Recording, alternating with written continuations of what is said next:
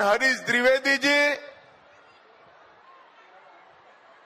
Assam Bharatiya Janata party के प्रभारी, पलासबाड़ी के विधायक हेमंत ठाकुरिया जी, जिन्होंने 5 साल तक पलासबाड़ी की सेवा की है। हेमंत जी आगे आइए जरा, जोर से ताली बजाओ हेमंत जी के लिए सभी लोग। श्री अंजन गोस्वामी जी, डॉक्टर कमला कलिता जी, श्री रतुल शर्मा जी, श्री सोनाराम राभा जी, श्री प्रणव ज्योति लहकर जी, श्री प्रणव कबिलता जी, श्री अनूप मेघी जी, भक्ति शर्मा जी, कुशल मालाकार जी, और आज जिनको जिताने के लिए मैं यहां आया हूं, हमारे दोनों प्रत्याशी पलासबाड़ी से हिमांशु शेखर वैश्य जी, आगे आओ हिमांशु, और बोको चायगांव से राजू मैस जी, और आज इस विशाल जनसभा में आए हुए प्यारे भाइयों बहनों माताओं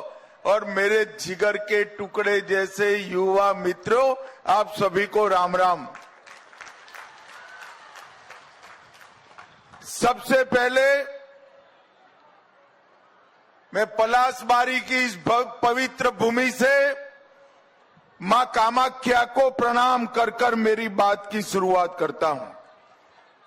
मैं पलासबाड़ी के आराध्य पलासबाड़ी शिव मंदिर में विराजमान महादेव जी, चायगांव स्थित चंडिका मां के मंदिर को और 150 वर्षों की परंपरा सहजे हुए रास मंदिर और श्यामराय नामघर को भी प्रणाम कर कर मेरी बात की शुरुआत करता हूं। मैं यहां आया हूं तब प्रख्यात लेखिका और शांतिदूत इंदिरा गोस्वामी जी, हमारे स्वतंत्रता सेनानी शिवनाथ महंत और बिपिन दलाल जी, और बीजू कुमार दास जी प्रसिद्ध मूर्तिकार को भी प्रणाम करता हूं। ये भूमि पलास के लाल फूलों के लिए प्रसिद्ध है, इसीलिए इसको पलासबाड़ी कहते हैं। और देश भर के अंदर यहीं की वन राज्यों को, यहीं की खूबसूरतियों को यही पलासबाड़ी के फूलों ने प्रसिद्धि दिलाई। मेरा हेलीकॉप्टर बिगड़ गया तो वहां से यहां तक 2.5 घंटा में गाड़ी से आया हूं। पूरा रास्ता दोनों ओर वन ही वन देखा है। इस क्षेत्र को ईश्वर ने मन खोलकर प्रकृति का आशीर्वाद दिया है, मगर कांग्रेस की सरकारों ने इस असम को घुसपैठियों के हवाले कर दिया था। पलासबाड़ी वालों मुझे बताओ, घुसपैठियों को असम से निकालना चाहिए या नहीं निकालना चाहिए? अरे जोर से बोलो, निकालना चाहिए या नहीं निकालना चाहिए? ये घुसपैठिए असम के गरीब की जमीन छीन रहे हैं, हमारे नामघर की जमीनों को कब्जा कर रहे हैं। काजीरंगा के जंगलों में उन्होंने कब्जा किया, हमारे युवाओं की रोजगारी छीन रहे हैं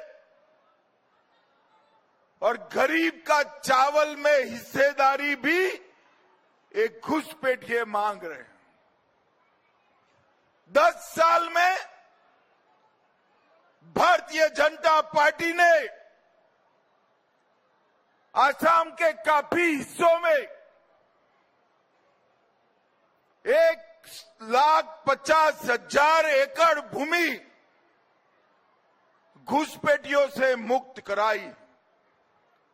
आप एक बार और